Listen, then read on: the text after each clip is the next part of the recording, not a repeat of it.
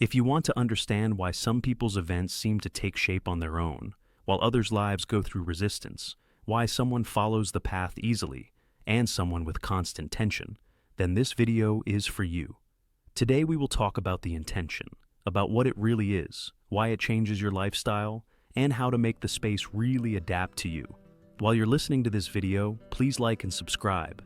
It helps you progress, and for you, it's a way not to miss new discussions about the laws of reality, energy, and inner transformation. Now let's get to the subject. Why has intent become such a popular topic? Today most people have the same condition. Fatigue, not physically, but internally, fatigue from fighting, from the constant pressure on yourself, from the fact that you need to drag your life on your own strength. People are tired of living through effort, tired of worrying, pushing, trying to control everything around. And that's where the topic of intent comes in, because intention is the opposite of effort. This is a state that does not break reality, but turns it on. It's not something mystical. This is a natural law. When your inner energy coincides with the direction of movement, external events begin to take shape on their own. And that's why the topic of intent has become so popular, because people intuitively feel that the path should be easier, cleaner, deeper, and that life can respond if the condition is adjusted correctly. What is pure intention? Intention is not desire, not an emotion, and not a thought. Intention is an inner readiness. This is a state in which a person does not ask, does not hope, and does not push. He just knows where he's going, and this knowledge is calm. Pure intention can be described as, you're not trying to force life to be a certain way. You choose a direction, and the space begins to adjust events to this choice. Pure intention has 3 signs. The first sign, calmness. If there is fuss or fear inside, it is desire. If there is silence and confidence inside, this is the intention. The second sign, internal agreement. When you choose a path that coincides with you, there is no resistance. You may not know all the steps, but you feel right. The third sign, willingness to act. Intention always leads to movement, not out of tension, but out of naturalness. The difference between desire and intention. This is the key point, because desire and intention are 2 different forces that create 2 different scenarios of life. Desire says, I want to, but I do not know how to get it. I hope that life will give. I'm afraid it won't work. Desire always comes from lack, from an inner feeling that something is missing and needs to be replenished. The intent says, I choose, I know where I'm going, and I'm ready to make a move. Intention does not come from emptiness. It comes from an internal solution. Desire is an expectation. Intention is direction. And reality always responds to direction, not expectation. Why effort breaks the path? The world is never built on tension. This is one of the most unpleasant but honest truths. When a person tries to break through life with effort, he always faces resistance. Not because life is against him, but because the effort appears only where the movement goes wrong.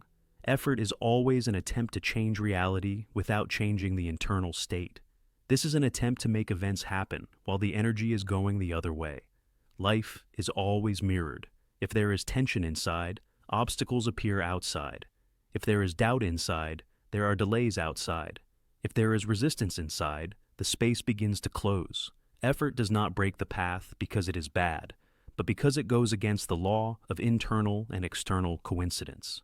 How to enable event flow. That's the important part. How do we make sure that events really start to take shape on their own?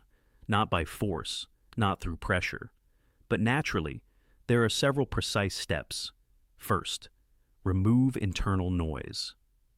When there are too many emotions, anxiety, or doubts inside, the intention cannot manifest. It's thin, and it's easy to drown it out. To turn on the flow, you need to free up at least some internal space. Second, determine the direction, not the result. People often confuse purpose and direction. The goal is limited, the direction reveals. Example, not, I want to earn so much, and I want to live in a state of freedom and abundance. Not, I need a specific person, and I want a relationship in which I feel calm and warm. The direction is always stronger than the goal, and the flow begins to go where there is space. The third, be prepared to take steps that respond. The flow doesn't work if the person is not doing anything. But actions should not be out of fear or an attempt to speed up events, but out of agreement from inner peace. Fourth, trust the process. That's the hardest part because the mind always wants to control. But intention only works when you allow space to bring about the right events, not on time according to your calendar. And on time, follow your path. Fifth, to remove internal contradictions. If there are two different states inside, the intention cannot manifest. Example, you want freedom, but you're afraid of it. You want love, but you're afraid of intimacy. You want money, but you feel unworthy.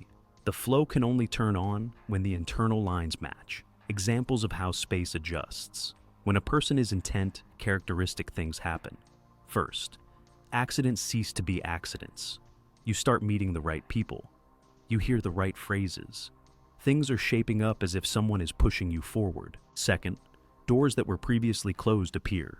Resources, suggestions, ideas, and opportunities come naturally, but only after the internal decision is made. The third, obstacles disappear. What didn't move before is starting to move easily. Fourth, the internal state is changing. You stop worrying. You stop keeping your life a secret, and the world begins to move apart. Fifth, there is a feeling that you have fallen into your own line of life. It's flat. It's clean. Without chaos, no fuss, this is the flow. Why does the intent work so precisely? Because intention adjusts your energy, and energy is always primary. Events are secondary. Reality is not built from the outside to the inside. It is built from the inside to the outside. And when you change your state, your lifeline changes automatically. This is not a theory. This is an observable law. You've seen more than once that when it's easier inside, it's easier outside. Intention is not a technique or an exercise. It's a state in which you stop asking for life to be comfortable, and you start going your own way quietly, assuredly, without a fight. And when your condition coincides with your direction, events really begin to take shape on their own. If this format appeals to you and you want to understand the laws of the world, feel the space and change your lifestyle through internal settings, be sure to subscribe.